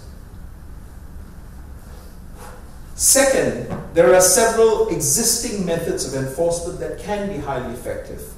Judgments can be enforced in jurisdictions where there are reciprocal enforcement arrangements. They can also be achieved by commencing an action on the judgment against the losing party in a common law country. And thirdly, on the horizon, there are two particularly exciting prospects that I want to touch on. The first is the Hague Convention on the Choice of Court Agreements, which aims to do for court judgments what the New York Convention has done for arbitral awards. It will be applicable in business-to-business contracts that contain choice of court clauses. Thus far, the EU, the US, and Mexico are signatories, although only Mexico has ratified the convention. The convention will enter into force with the ratification of just one more state. And on 4th and 5th December last year, just barely a month ago, the Council of the EU adopted the decision on the approval of the Hague Convention. It is reported that with this final step, the EU has completed the internal approval processes for the convention and is now in a position to deposit its instrument of approval with the Netherlands, which is the depository for the convention. The Hague Convention is therefore expected to enter into force 3 months after the EU's deposit of the instrument of approval, and that will bring 27 more countries into the convention. In my view, the EU's ratification could lead to even more non-EU states becoming party to the convention, and this will therefore hold the promise to be a game changer in the international enforceability of court judgments. It is a development to be closely watched. The second exciting prospect is what Chief Justice Michael Huang has called an experiment without parallel in arbitration history, and this is the DIFCC's novel process of converting court judgments into arbitral awards, which Chief Justice Huang spoke of and which I won't repeat. The second challenge relates to the ability of an international commercial court to enforce its jurisdiction against parties. A party may choose to breach an exclusive jurisdiction clause and pursue matters in another forum. What is to be done in such circumstances? Many of these difficulties would be overcome with the widespread adoption of the Hague Convention, given that Article 6 of the Convention provides that a court of a contracting state that is not chosen as the court to decide a particular dispute shall suspend or dismiss proceedings except under certain circumstances. But until then, there is perhaps no immediate solution to these difficulties. Having said that, I suspect these have less impact on courts situated within international financial centers as Dubai and Singapore. If a party wishes to continue operating within or through these hubs, it would be practically inconvenient or even impossible for that party to avoid the contempt jurisdiction. And it would also probably suffer severe reputational damage from a default. A strategically developed network of international commercial courts will further enhance the practical coercive power of these courts. The third challenge concerns the international commercial court's competence to deal with questions of foreign law by way of submissions. But I have touched on that and I won't repeat that. Having explored the strengths and limitations of international commercial courts, let me propose some normative propositions on what the vision and the mission of these courts might be. I suggest that their vision should be to facilitate international commerce in a flattened world marked by an extremely high degree of economic interconnectedness. They should support international commerce by enforcing bargains and resolving disputes across national boundaries. To achieve that vision, I suggest that these courts could consider 4 points as part of their mission. First, they should aim to build a trustworthy, competent, and commercially sensible system to resolve transnational disputes.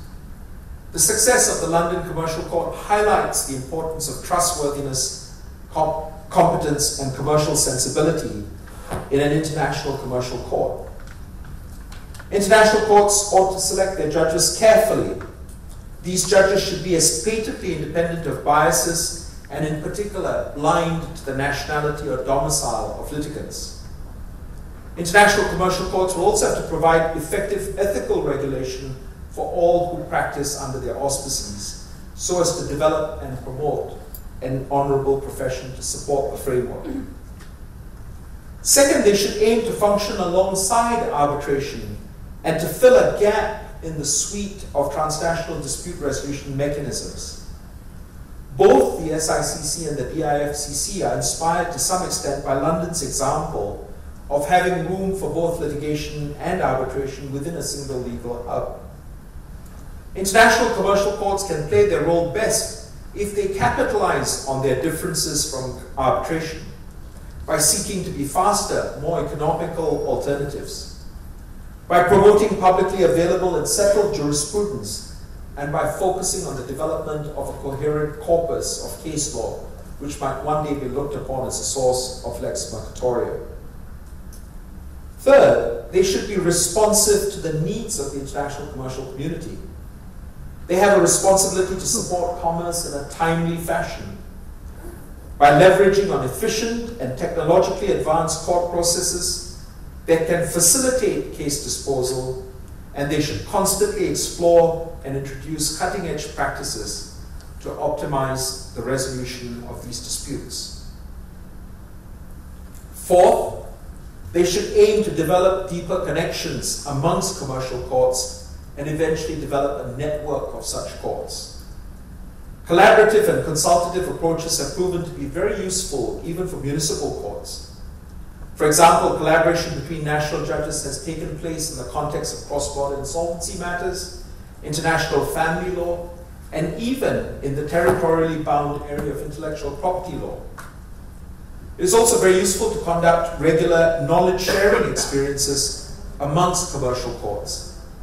One example of this is the Judicial Seminar on Commercial Litigation, which currently involves courts of New South Wales, Hong Kong, Singapore, Mumbai, and Shanghai.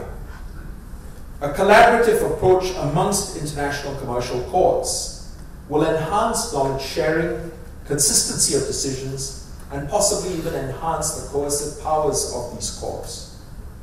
It will also provide a greater impetus to pursue harmonization of substantive commercial laws, practices, and ethics. With a network of commercial courts working together to develop an international lex mercatoria, law can aspire to eventually become part of the modern superstructure of global commerce. Amidst the cross waves of state sovereignty and globalization that I started with, I suggest international commerce cannot remain bound by a mishmash of domestic and international law practiced by a variety of practitioners without a helmsman to steer and coordinate their efforts. This is a pressing problem, and while repairing the oars and training the oarsmen might help to some extent, we perhaps need to dream bigger and harness the global trade wind of harmonization. International commercial courts such as the SICC and the DIFCC may serve as the sails that can catch the trade wind and propel the vessel of global commerce forward. I thank you once again for inviting me to speak, and I look forward very much to riding the crest of the next wave with you.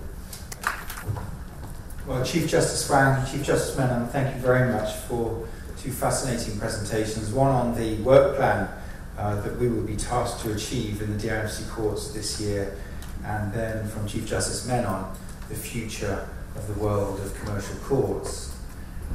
We'd now like to open the floor to questions for Chief Justice Wang or Chief Justice Menon.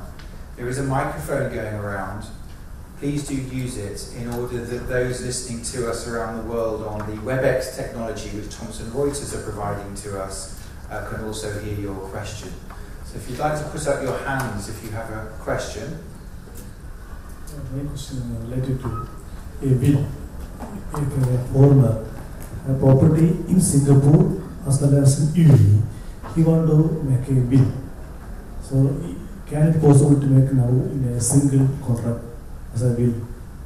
Which law can apply for it? Can you explain?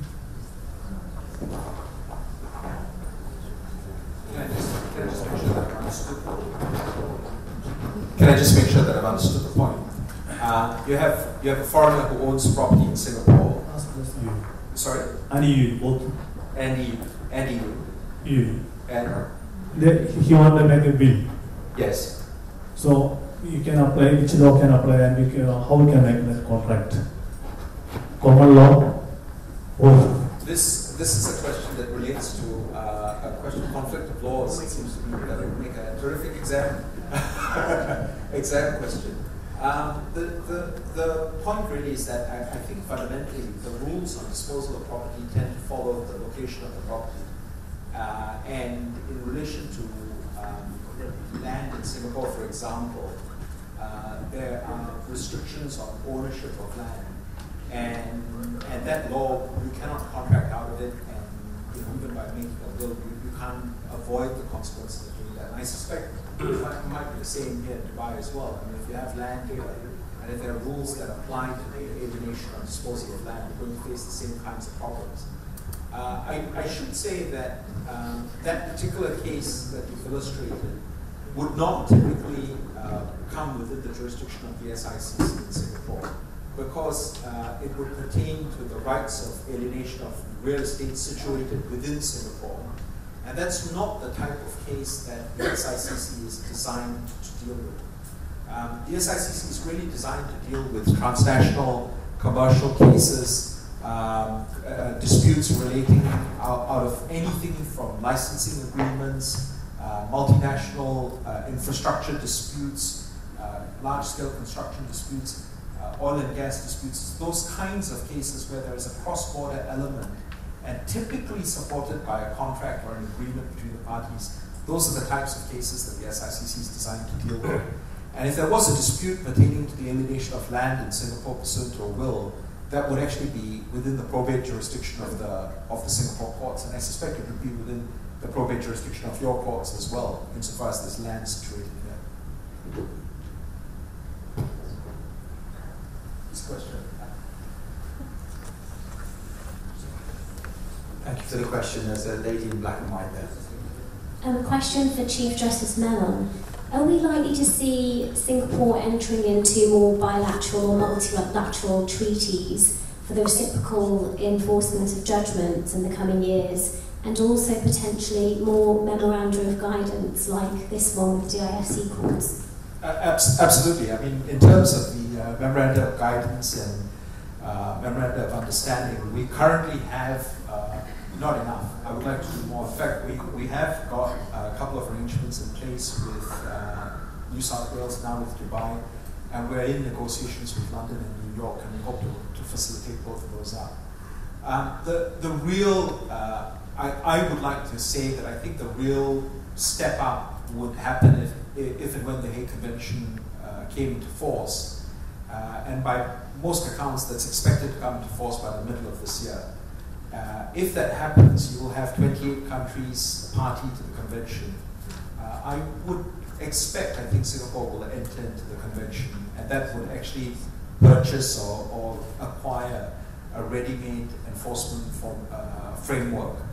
And that would be supplemented by a number of bilateral arrangements that we have. We have got reciprocal enforcement arrangements with some of the countries you would expect, such as the UK, Australia, one or two other places. But importantly, we also have a bilateral with India. And there's a reciprocal enforcement arrangement with India, which is a very significant piece in this framework.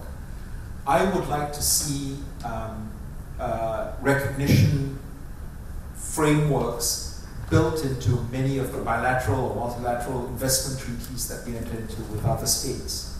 And that's a process that the trade negotiators need to start thinking about now that we have the SICC in place. It becomes important to make that viable. And I would see that being a step that we will likely take in the coming months and years. Sorry, right, as a follow-up question, is there a bit of a gap now with civil law jurisdictions in terms of mutual enforcement arrangements? Because I think many of the states you've mentioned are common law jurisdictions. I think in terms of the current framework that we have for reciprocal enforcement, you're absolutely right. I don't think we have a reciprocal enforcement arrangement with any civil law country. The Hague Convention, if it comes in, includes a large number of European civil law countries. The goal for us must be to tap the ASEAN market, I think. ASEAN is a critical market. It has a population of 500 million people. It has 10 countries that are moving towards a common market. And one would hope that within that context, one might see some form of recognition and enforcement framework developing. Thank you. Can I just add to that?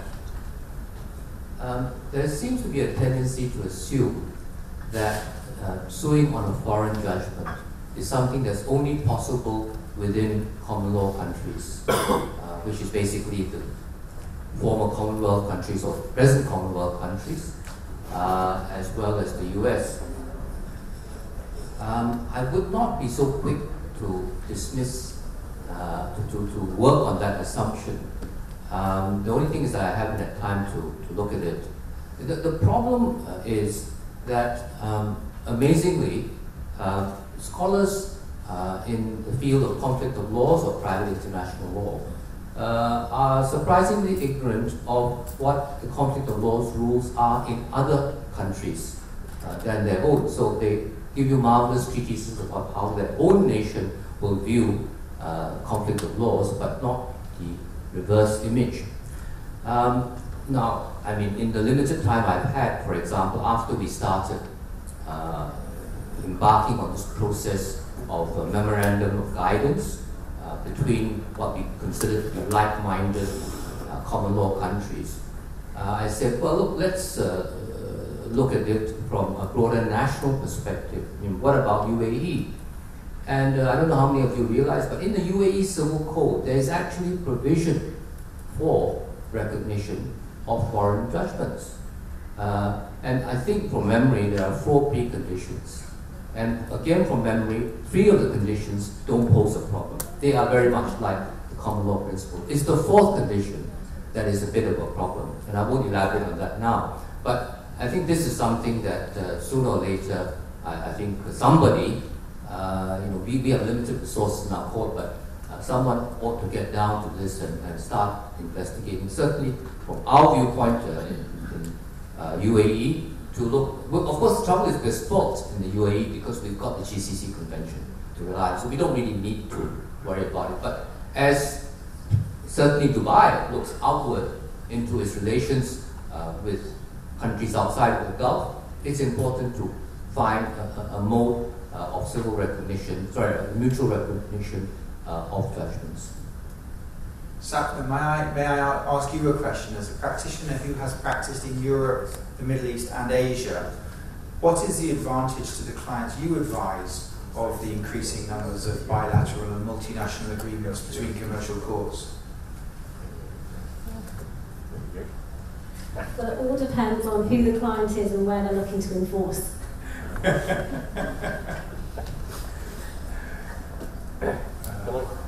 One question, Alex. Can I ask my question anyway? It's for both the Chief Justices, and it's really to try and put state-financed courts dealing with civil disputes into the context of economic reality, because some commentators have suggested that one of the many reasons for the growth of international arbitration is because in many countries there were fewer resources that were available for civil disputes, and people were seeing longer delays in courts and so on, and therefore were looking at arbitration. And we've also seen in some countries, including here, down the road or up the road in Abu Dhabi in the capital, huge increase in court fees, which makes large cases more expensive to run actually in the local state courts there than in arbitration, because you play a flat percentage now with no cap. We've seen in Bahrain that commercial cases over a certain size are transferred into a sort of arbitration without compulsory arbitration, but it is sort of arbitration. And therefore the parties pay for the cost of the arbitrators and so on. And I just wondered how you see the developments of international courts in that context. I mean, do you look at it from the state's point of view as, well, it costs money to run these courts, but if you like, it brings business, the legal business and everything that goes with it to the various regions? Or is it something that could come under fiscal and economic pressure? Thank you. It's a very, very, if I may say so, I think it's a very, very perceptive question, and one that's very sensitive to many of the realities. Let me speak to this from my perspective, that is in the context of Singapore and the sort of considerations that drove me to think that this was something worth doing. First of all, I think in some respects we have a base or a foundation to work from, and that is that we have in the course of 50 years, I think, established an outstanding reputation as a jurisdiction that has strong integrity of public institutions. The courts have functioned well as a trustworthy place that we go to for outcomes and decisions that are fair and honest. And I think you rightly identified that there are going to be certain benefits or advantages that you're trying to pick up from something like this. The arbitration experience is a good experience for Singapore because it has grown the pie, it has brought a lot of legal work into Singapore, it has attracted a large number of lawyers. I'm sure you all know this. I mean, there are many international firms who have expanded their operations in Singapore. Several sets of barristers' chambers have started opening up in Singapore, and all of that has contributed to the dynamism of the place. So the case for situating an international commercial court in Singapore, whilst I have argued in the course of my paper today that it is actually an imperative that is there necessary to service the international commercial community, I have to say that a government isn't going to do that out of altruism or the goodness of its heart. It's going to do that because it sees that ultimately it is good for its society. It's good for its society, it's good for its economy, and the growth of the legal services sector is something that is taken as a goal worth aspiring for.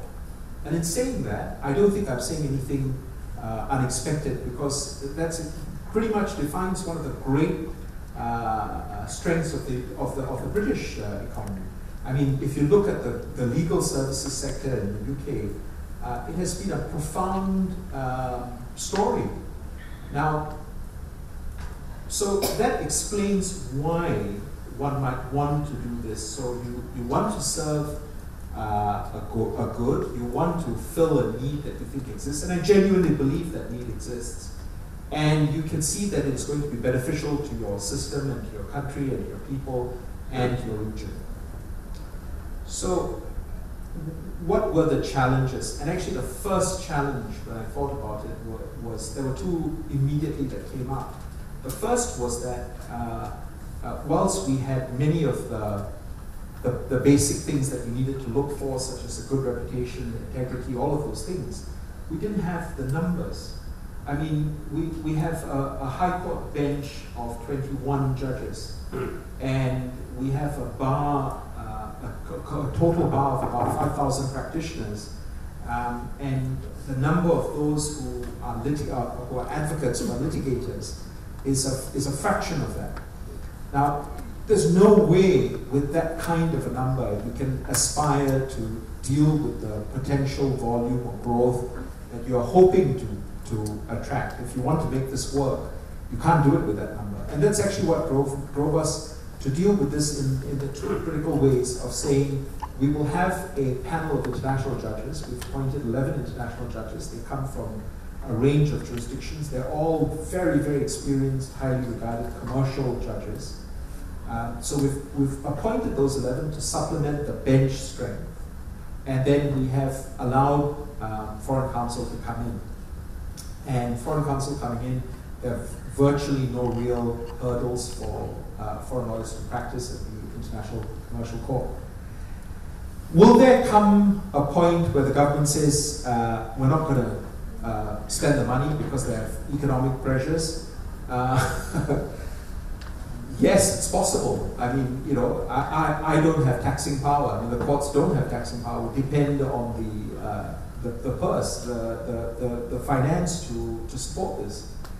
But I'm reasonably comfortable that Singapore being Singapore and the track record that we have and the approach we have, these things are not done without having thought about it and without having assessed the potential for reputational harm if we suddenly changed our mind and said, look, this is something we can't afford to do, because we ought to have seen that from the beginning. So my answer to you is, there's very good reason why we embarked on it. We recognized the need to structure the design to overcome the problems, and we took a view that looking at the prospects, it would well justify the investment. Now we have to wait and see. Thank you. Chief Justice, do you want to add anything? Chief Justice Grant, would you like to add anything? Let's take two more questions. The lady, Sheila Shagman from James Day. Thank you very much. This question is for either of you, or both, as it were. I think over the past 100 years, when we've been talking about the rule of law and the advancement of the rule of law, historically, it has been a notion of the exportation of our own notions of what the rule of law means into emerging markets. But given that court systems are now developing their own system of justice in these emerging markets, do you think, using your metaphor, that there is a sea of change whereby, as a global economy, we can start to put on the playing field a more transnational notion of what the rule of law would be? And are these courts the right foundation from which we can begin to develop that global notion as opposed to the exportation of a single jurisdiction's notion? Thank you.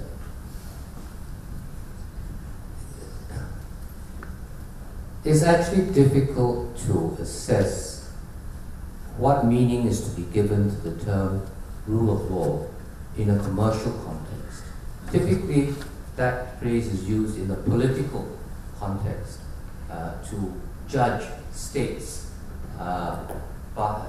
in terms of classification of where they fall on the right side or the wrong side of democracy. Whereas commercial law works on different principles.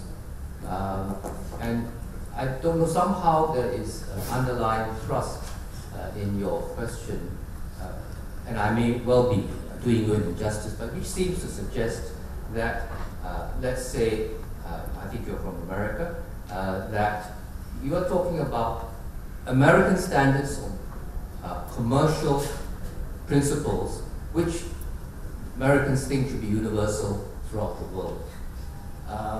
And that is simply not going to happen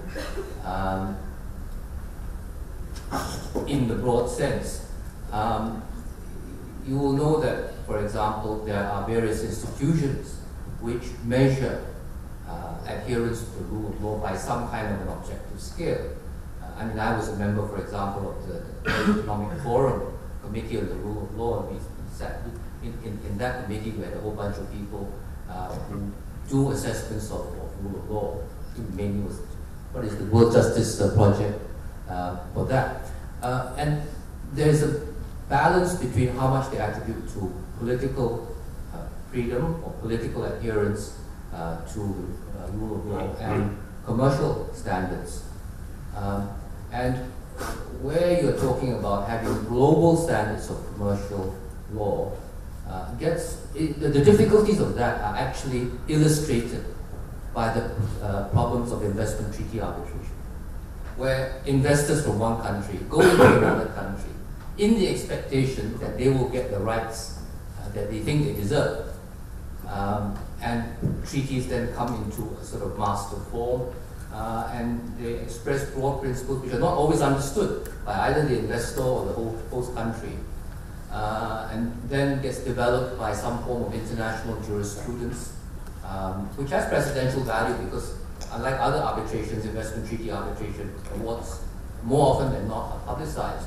So certain principles develop, but you will see a mismatch of expectations from what the investor thinks are his rights as an investor, and he thinks that some language in the treaty supports that, as opposed to the host country, who are thinking of issues other than purely satisfying every whim and fancy of the investor from their point of view.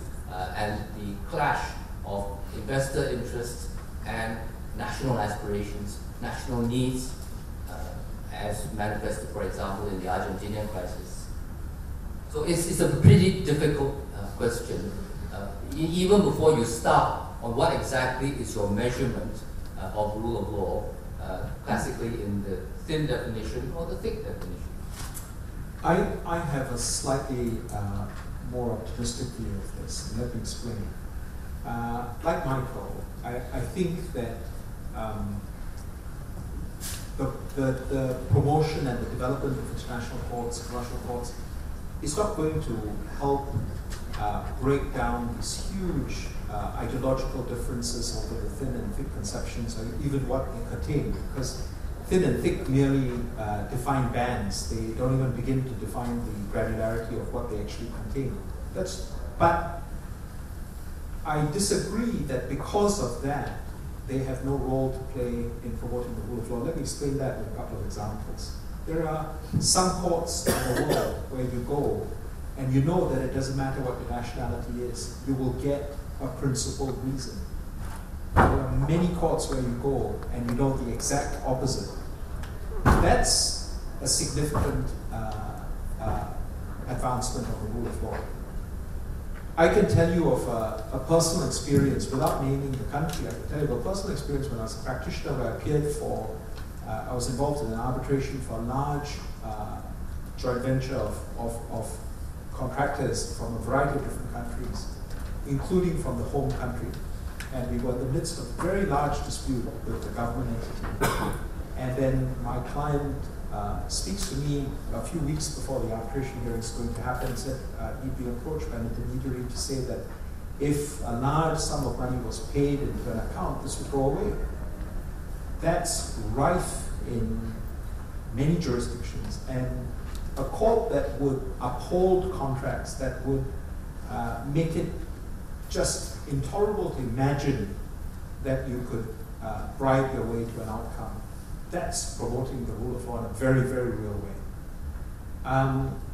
There are jurisdictions where your case can get delayed because the file's gone missing, if you know what I mean.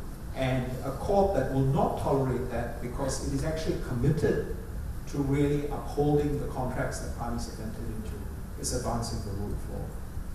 My point is, the reason why the courts have a critical role to play in development is because if investors believe that the investments are going to be treated fairly, they will invest. If the system can stop or impede or discourage corruption, the money will hit the places where it needs to hit. It will trickle down to the people who need it. And these are areas where a handful of strong commercial courts bound by a common ethos can actually really help to promote the rule of law.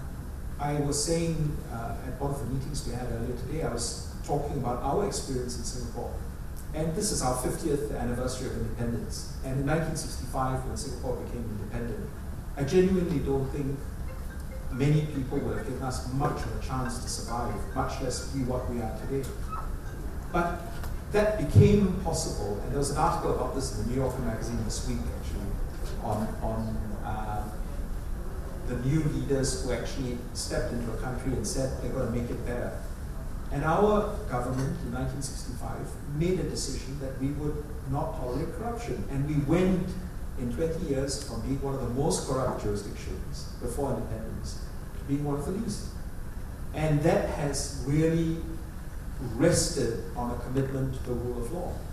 So there are many, many ideological areas where you can't begin to get agreement, and they will keep filling the books and the articles and the discussions. But I think that there is inherent value in things like refusing to tolerate corruption, in things like enforcing contracts, in holding bargains, in promoting investment, in guaranteeing equality of treatment, that principles will be applied equally.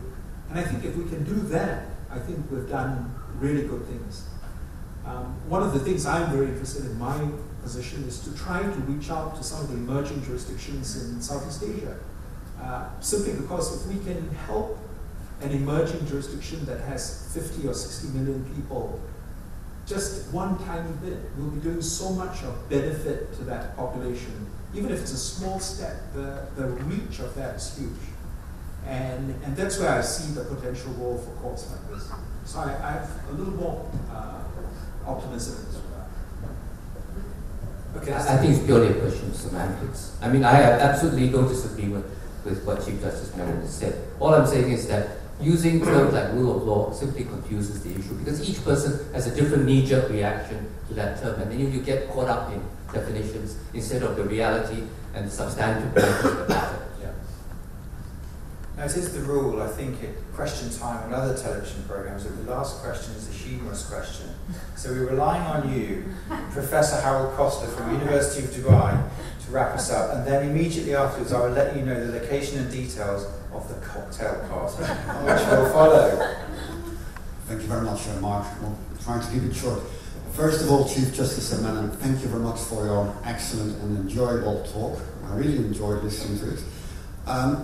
I'm originally from the Netherlands, and I'm a civil code country, and in my country, we're also thinking about commercial court. The first challenge is actually language, because people say, well, if you start with international litigation in English language, not all lawyers might be able to work in that. So that's a big issue, the first boundary that has to be taken. I don't know what the outcome will be. I think, and I think both of you said it as well, but I think an international commercial court is an excellent asset for a country. And if you just look at Delaware, Delaware is a perfect example in America where a court, because there are many cases, the law becomes much clearer. The interpretation of law, because of the many cases, and the judiciary, which is going to a higher level, it's really an add for clarity. And business wants speedy and good decision. They want to know if we have a conflict. Next week, this is the outcome. And they don't want to say, in 2 years, the casino will give us something. We don't know yet what. And I think that's the strength of Delaware, and that's the strength that a commercial court can offer. Now my question. I will try to be yours. Maybe I will succeed, but I will leave that to the audience. I listened carefully to both of the Chief Justices, and if I'm correct, you said you are going to New York, and you said you are going to New York. So I was wondering, wouldn't it be something that the courts could work together, rather than relying on the Hague Convention? That maybe some courts could work together on exploring, getting enforcement, harmonizing that from the courts, rather than waiting for convention. Wouldn't that? Again, I know both of you are extremely busy, but maybe it's something for the future. I agree. Thank you very much. Yeah, my answer is going to be very short, because I agree with you, and I think the courts can and should do more to try to take control. Simply because if you depend on executives and legislatures to get their act together, it ends up being politicized and it ends up taking forever. And that's why I think Michael's gone about it absolutely the right way, by entering into as many of these arrangements and agreements as possible, so that courts can try to facilitate this process. I completely agree. Just to have one correction. First of all, I'm not going to New York. New York is coming to us. And the second thing is that Singapore and DIFC are dealing with different parts of New York. Yes, that's right. But that's the good thing, because then if Singapore comes to Dubai, then Singapore doesn't have to go to New York. Well, thank you very much. I think what was lovely was there was an analogy about the ship and the sailors and the people rowing the oars, and there was a comment, which wasn't, I didn't think, answered, about who's actually on the tiller. And what I think is fabulous is we've got two Chief Justices from two jurisdictions whose hands are very clearly on the tiller. I think what's even more impressive is that both are willing to allow other courts around the world to put their hands on the tiller as well, to keep us moving forward. I would like very much to thank four incredible people without whom we would not be here today, which is Haja, Nili, Cheryl and Hayley. If they could stand up, they've put all of this together.